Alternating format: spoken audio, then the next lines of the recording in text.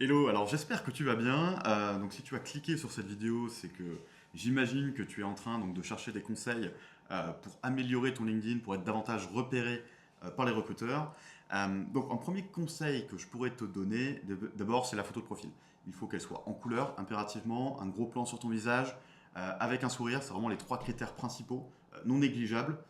Par contre, la bannière Open to Work, verte par défaut de LinkedIn, il ne faut surtout pas la mettre. Vraiment, jamais, sous aucun prétexte. En revanche, ce que tu peux faire, c'est déjà dans ta tagline ici, ton header, ta promesse de vente, plein de noms différents, c'est de mettre je recherche un CDI avec tel rôle. Je recherche un CDI en data analyse, je recherche un CDI en data science, n'importe quel domaine. Tu mets donc je recherche un CDI, ton rôle, suivi des technos et des compétences, et ou des compétences que tu maîtrises le plus, celles que tu souhaites le plus mettre en avant, celles qui vraiment te définissent. Ensuite, côté localisation, super important de mettre la ville la plus proche donc de chez toi, la plus grande, et évidemment celle dans laquelle tu peux te rendre évidemment tous les jours. Euh, voilà, donc typiquement ici j'aurais plutôt mis Paris ou environ de Paris. Alors le open to work, super important, mais uniquement visible par les recruteurs. Donc la bannière verte, il ne faut pas la mettre. Mais par contre, normalement, tu peux choisir dans les paramètres de LinkedIn, c'est tu peux préciser, je suis visible uniquement pour les recruteurs. Et ça suffit largement. Tu n'as pas besoin de mettre cette bannière verte. Il vaut mieux laisser ta photo telle qu'elle est, comme ça.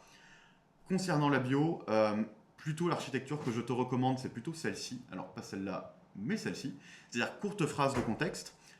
Donc, tes rôles, tes années d'expérience, en quoi tu es spécialisé, les besoins sur lesquels tu interviens, les problèmes les plus fréquents que tu résous.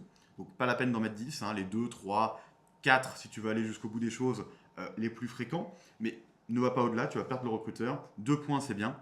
Un récap de tes expériences avec donc l'entreprise pour laquelle tu as travaillé. Si tu as travaillé via un intermédiaire pour un client final, ne mets pas le nom de l'intermédiaire, mais seulement le nom du client final pour lequel tu as travaillé. Ensuite, le besoin que tu as résolu, vraiment le contexte, vraiment le plus important à retenir de ton expérience. Et ensuite, un rappel des technos sans modifier sur lesquels tu as travaillé, donc les plus importantes encore une fois, les compétences que tu as mises en œuvre. Voilà à quoi doit ressembler cette bio, il ne faut pas aller plus loin.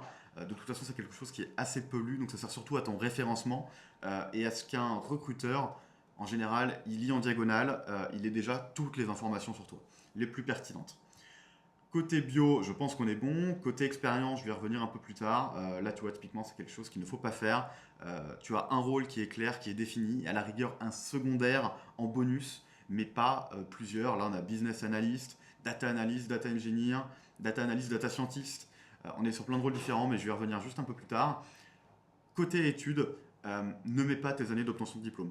Parce que si tu es junior, ça discrédite ta candidature. On va te dire, ah bah, les juniors, on va même pas prendre la peine de t'avoir en appel, ce qui est vraiment dommage. Toi, tu veux avoir des appels avec des recruteurs et démontrer ta valeur durant un appel. Tu veux pas être snobé par un recruteur parce que bah, ta date de diplôme était trop proche de celle de ta recherche d'emploi. Et si tu es senior, bon, bah, objectivement, on s'en moque, tu as déjà plein d'expérience déjà. Donc, dans tous les cas, c'est pas une information utile. Donc, les dates, il ne faut pas les mettre.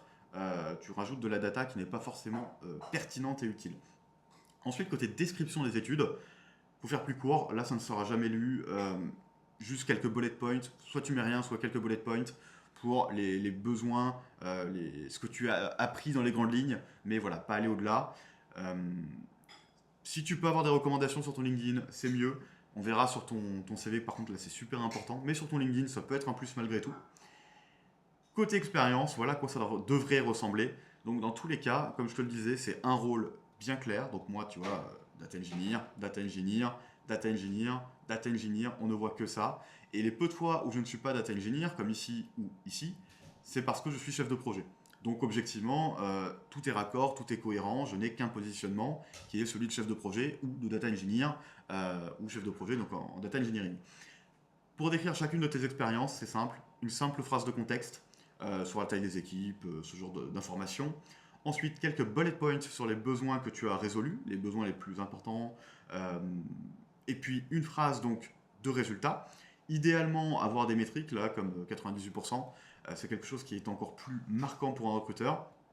Et enfin, les technos, les compétences que tu as mises en œuvre sur cette expérience et les lier toujours aussi dans LinkedIn. Donc les marquer, ça améliore ton référencement, mais aussi les lier. Chacune d'elles a une expérience Voilà, data migration, je l'ai lié à mon expérience chez Airbus, etc. Azure Function, machin, etc. Toujours le faire, ça améliore drastiquement ton référencement. Donc voilà, moi je pense que je t'ai tout dit. Tu as les essentiels sur LinkedIn pour déjà booster ta visibilité auprès des recruteurs.